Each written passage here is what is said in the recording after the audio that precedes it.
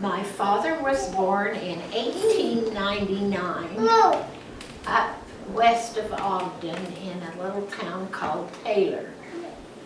And he was part of a family of 10 children, and they were farmers. And he grew up helping his dad on the farm and so forth. And in that day, when you graduated from the 8th grade, you either had to go on to an academy, which was kind of set up like a college, but it was really high school, or choose some other way to earn, to get an education. My dad helped on the farm for a couple of years, and then he decided he wanted to go further with his education, so he went up to Seattle and went to an engineering school, and he worked on the on fishing boats out in Puget Sound to earn his money to live on and go to school. Susan asked me especially to tell you some face-promoting instances, and my dad was a very, very faithful man, had a very strong testimony of the gospel. And when he was about 10 years old, he was very, very sick with pneumonia. And he was down in bed for a couple of weeks, and then he got to the point where the pneumonia was so bad he couldn't breathe. And his mother was by his side, and he totally quit breathing, and she pulled the sheet up over him, and he wrote in his memoirs that he could remember his mother crying and pulling the sheet up over his head, and she went out into the kitchen, and he could see through the wall and see her at the kitchen table praying very diligently, and in about 20 minutes she came back in the room and could see that he had started to breathe again. And so she pulled the sheet back, and sure enough, he was breathing again. And it took him several weeks to get totally well, but he had the strongest impression that it was his mother's prayers that had brought him back from actually being dead, because he could see through all the walls and everything during this period that he was laying there with the sheet over his face.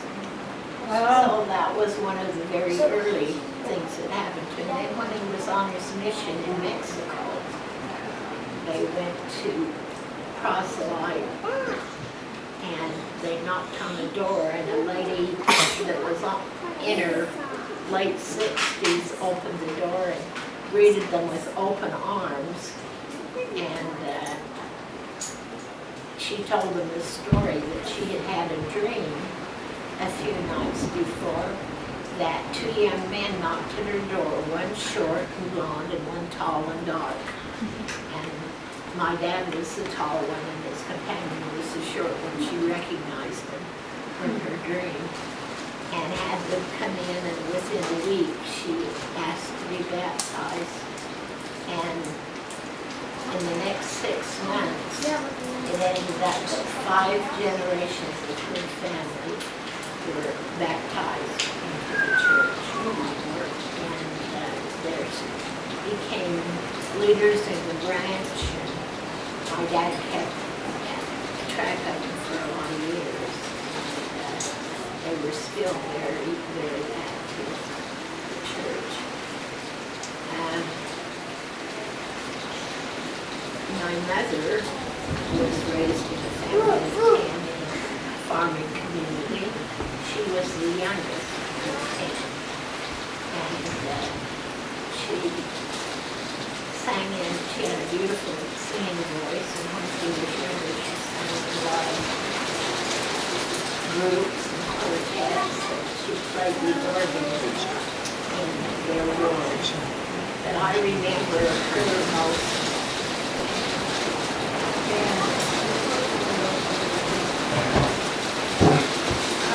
Hold on 1 second.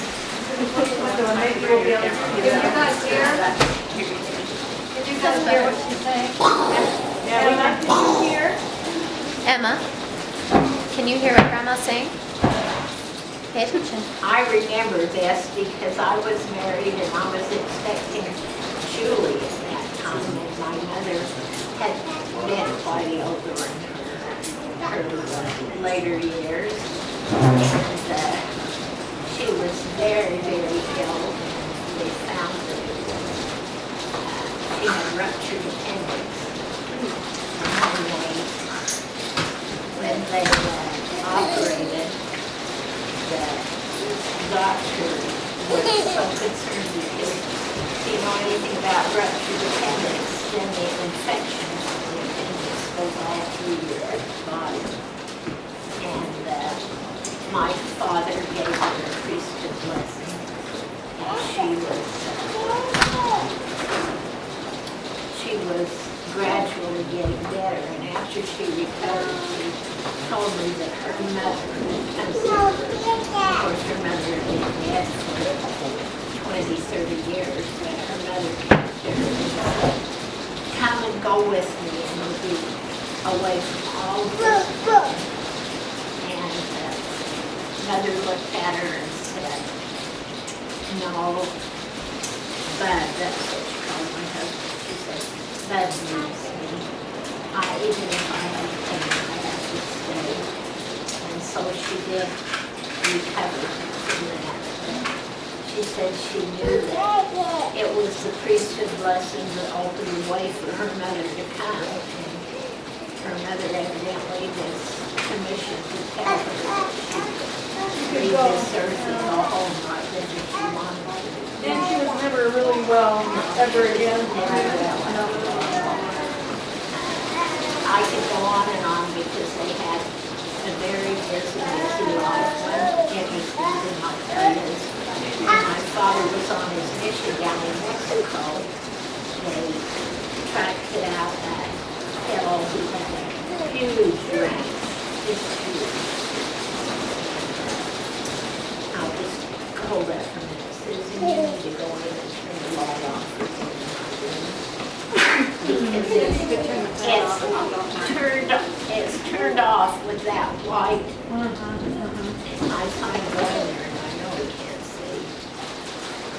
But anyway, this gentleman that owned this huge ranch invited my dad and his companion to come and go wild game hunting on his property because there were a lot of deer and elk and While we're on the mission. yeah, and this was in, Very different time.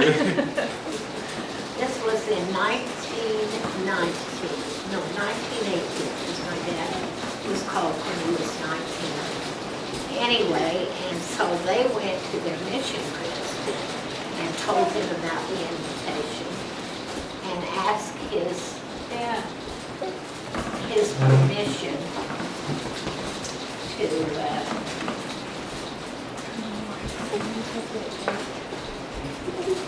ask his permission if they could go big game hunting. And so he released them from their mission for 2 weeks. They went and went. Well, I've got better stories than that. Anyway, they released them for 2 weeks and they went big game hunting and got some meat and of course gave it to the missionaries and so forth. Wow. And then they were really ordained. But if you think that is strange, if you flip the light on, It was on. I think he had pulled the chain. I think that was because he was trying to get it on.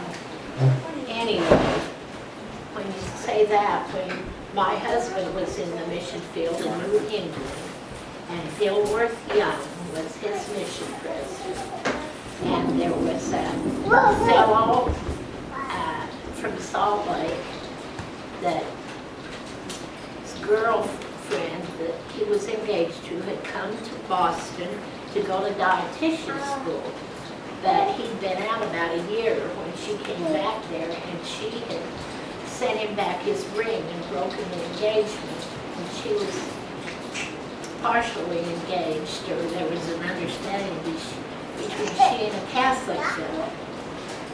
And so this elder said to President Young, would you release me from my mission for 2 weeks so I can win my girl back?